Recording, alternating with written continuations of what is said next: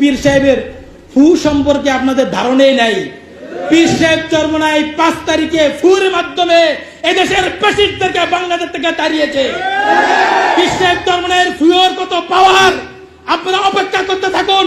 পীর সাহেব চরমোনাই ফুয়ের পাওয়ার আরশে আজিম থেকে নির্বাচিত ফু যখন আপনাদেরকে ফু দিবে বাংলা জমিনে হাত পাকার পতাকার ফুয়ে আপনারা বাংলা জমিনে টিকতে পারবেন না। আগামী নির্বাচন কারা বিজয়ী হবে, এমন একটি প্রশ্ন সামাজিক গণযোগাযোগের মাধ্যম দিয়ে এবং বিভিন্ন পর্যায়ের বিভিন্ন জন ব্যক্তিবর্গ এরকম কথা উত্থাপন করেছে। কে বলছে আমরা বিজয়ী হয়েছি, কেউ বলছে নবক দল বিজয়ী হবে।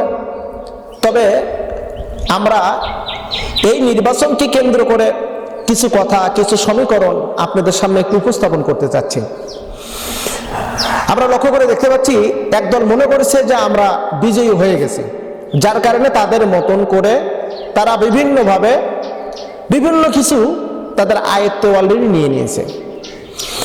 আরেক দলদেরকে কোণঠাসা করে রাখতেছে। এখন বাংলাদেশে তো নির্বাচন হবে 3টে দলের ভিত্তিতে, তাই না? একটা হলো বিএনপি জামাত, একটা বিএনপি জোট, একটি জামাত জোট, আর ইসলামিক আন্দোলন চরমোনাই। এবং কি আমরা লক্ষ্য করে দেখতে পাচ্ছি যে ফ্যাসিস্টকে সহযোগী একটা সংগঠন, একটি দল, সেই দলটাও আমরা লক্ষ্য করে দেখলাম, জাতীয় পার্টি, তারাও নাকি নির্বাচনে অংশগ্রহণ করতেছে। যাই হোক, আমরা তাহলে 4টা দলের নির্বাচন আমরা দেখতে পাবো। এই 4 দলের নির্বাচনের মধ্যে কারা বিজয়ী হবে এই বিষয়টা নিয়ে কিন্তু অলরেডি আলোচনা সমালোচনা শুরু হয়ে গেছে। আসলে মূল কথা হলো কি জানেন, নির্বাচনে জয় পরাজয় থাকবে, এটাই স্বাভাবিক। 4 দলের নির্বাচন, 4 দলই কি বিজয়ী হবে? না, এক দল বিজয়ী হবে, এক দল প্রধান এন্ট্রি হবে, অর্থাৎ বিরোধী দল হবে। এখানে 4টা দলের মধ্যে এ বি সি ডি, অর্থাৎ 4টা এ বি সি ডি, অর্থাৎ এ ক্যাটাগরিতে কারা যাবে, বি ক্যাটাগরিতে কারা যাবে, সি ক্যাটাগরিতে কারা যাবে, আর ডি ক্যাটাগরিতে কারা যাবে। আমার এই ছোট্ট কয়েকটা নির্বাচনের সমীকরণ দেখলেই বুঝতে পারবেন যে আগামীর নির্বাচনে কারা বিজয়ী হবে। এবার আসলে 1 নম্বর, আমরা নির্বাচনের, যেহেতু আগামী ফেব্রুয়ারির 12 তারিখ হলো নির্বাচন, তাহলে এই নির্বাচনের প্রথম মাইল ফলক আমরা জানব ছাত্র সংসদ নির্বাচন।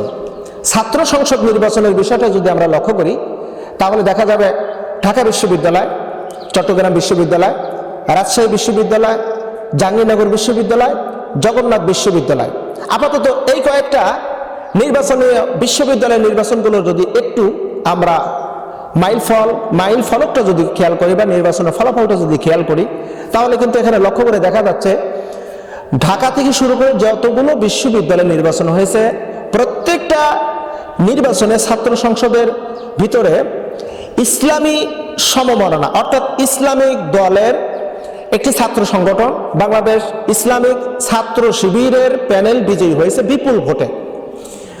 আমরা যদি এই বিষয়টাকে নিয়ে যদি অবজারভেশন করি তাহলে বাংলাদেশের জনগণ কাকে চাচ্ছে, কাদেরকে চাচ্ছে, এটা কিন্তু প্রতীয়মান। এবার অনেকেই বলতেছে যে বিশ্ববিদ্যালয় নির্বাচনের সাথে এই সরকার নির্বাচনের কোনো তুলনা করা যাবে না, কারণ ওটা হলো একটা গণ্ডের ভিতরে, বিশ্ববিদ্যালয়ের ভিতরে। আর এই সরকারের নির্বাচন হবে গোটা বাংলার আপামর জনতা, তৃণমূল থেকে শুরু করে শহর পর্যায়ের সমস্ত মানুষের ভোটে নির্বাচিত সরকার হবে। আচ্ছা, ধরে নিলাম বিশ্ববিদ্যালয় নির্বাচনের সাথে এই সরকারের নির্বাচনের পার্থক্যটা অনেক। আচ্ছা, ধরে নেন। এবার আসেন এই সরকারি নির্বাচনে কারা বিজয়ী হবে। ছোট্ট একটা সমীকরণ দিচ্ছি। একটা আসন আমরা যতটুকু জানি হয়তো একটা উপজেলাকেই কেন্দ্র করে একটা আসন হচ্ছে, অথবা 2টা উপজেলা অথবা 3টা থানা মিলে একটা আসন হচ্ছে। একটা আসনে ভোট সংখ্যা কত হচ্ছে আমরা যতটুকু জানি 3 লক্ষ, 3.5 লক্ষ, 4 লক্ষ, 5 লক্ষ, 6 লক্ষ ভোট হচ্ছে একটা আসনে। তা একটা আসনে যদি 5 লক্ষ ভোট হয়, এবার প্রার্থী কয়জন হচ্ছে? ধরে নিলাম বিএনপি প্রার্থী, জামাত জোটের প্রার্থী, এরপরে ইসলামিক আন্দোলন চরমোনাইয়ের প্রার্থী, এরপরে লাঙ্গলের প্রার্থী, 4টা দলের প্রতীক। এবার একটা আসনের মধ্যে 4 লক্ষ ভোট আছে। এবার 4 লক্ষ ভোটের মধ্যে 4 লক্ষ ভোটই কি কাস্ট হবে? না, ভোট কাস্ট হবে হলো সর্বোচ্চ কাস্ট হলে 3 লাখ থেকে 3.25 লক্ষ, 3 থেকে 3.25 লক্ষ ভোট কাস্ট হবে। এবার 3.25 লক্ষ ভোট কাস্ট যদি হয় তাহলে ধরেন আপনি কোনো একটা দলের কাজ করতেছেন, মনে করেন হয় আপনি দাঁড়িপাল্লা অথবা হাত পাখা, নতুবা ধানের শীষ, নতুবা লাঙ্গল, আপনি যে দলেরই প্রার্থী নির্বাচন করেন না কেন, আপনার প্রার্থীকে বিজয় করার জন্য এই 3.25 লক্ষ ভোটের মধ্যে আপনার কতগুলো ভোটের দরকার? কম করে হলে আপনি 1.5 থেকে 2 লক্ষ ভোট ধরে নেন, আপনি 1.5 লক্ষ ভোট আপনাকে আদায় করতে হবে। 1.5 লক্ষ ভোট আপনাকে যাতে জনগণ দেয় সে কাজ আপনাকে করতে হবে। কারণ আরো 3 প্রার্থী আছে, তারা 3 প্রার্থী মিলে 1.5 লক্ষ ভোট নিল, আর আপনি একা 1.5 লক্ষ ভোট নিয়ে আপনি বিজয় আনবেন। এবার 1.5 লক্ষ ভোট যদি আপনি আনতে যান, তাহলে এবার আসল সমীকরণটা, মূল সমীকরণ, একটা আসলে 17 অথবা 19টা অথবা 20টা ইউনিয়ন আছে, 20টা ইউনিয়ন আছে। এবার 20টা ইউনিয়নের ভিতরে সাপোজ একটা ইউনিয়নের ভোট সংখ্যা আপনার 20,000 অথবা 22,000। 22,000 ভোটের মধ্যে 4 ভাগের 3 ভাগ ভোট কাস্ট হবে, 1 ভাগ ভোট কাস্ট হবে না। তার মানে আপনার 3 ভাগের 2 ভাগ ভোট হলে পরে আপনি বিজয় পাবেন আপনার ওই ইউনিয়নে। এখন 10,000 ভোট ধরেন আপনি পেয়ে আপনি বিজয় হবেন। 10,000 ভোটের পিছনে এবার আসেন মূল বিষয়, একটা ইউনিয়নের মধ্যে 6টা অথবা 7টা সেন্টার আছে, ভোট কেন্দ্র আছে, যেখান থেকে আপনাকে ভোটটা নিতে হবে, সেখান থেকে আপনাকে বিজয় নিতে হবে। একটা সেন্টারে সর্বনিম্ন 2000 থেকে 2500 ভোট আছে, তাহলে 2000-2500 ভোটের মধ্যে 1500-1700 ভোট কাস্ট হবে। আপনাকে ওই সেন্টারে উইন হতে হলে সর্বনিম্ন 1000 ভোট আপনাকে নিতে হবে। 1000 ভোটের জন্য আপনার কর্মী কতগুলো তৈরি আছে, কতগুলো কর্মী তৈরি করবেন, কতগুলো কর্মী থাকা প্রয়োজন লিখে রাখেন। আমার এই সমীকরণটা, এই সমীকরণের উপরে যারা অবস্থান তৈরি করেছেন, এই সমীকরণের উপরে যারা পরিবেশ তৈরি করেছেন, লিখে রাখেন তাদের বিজয় 100% কনফার্ম।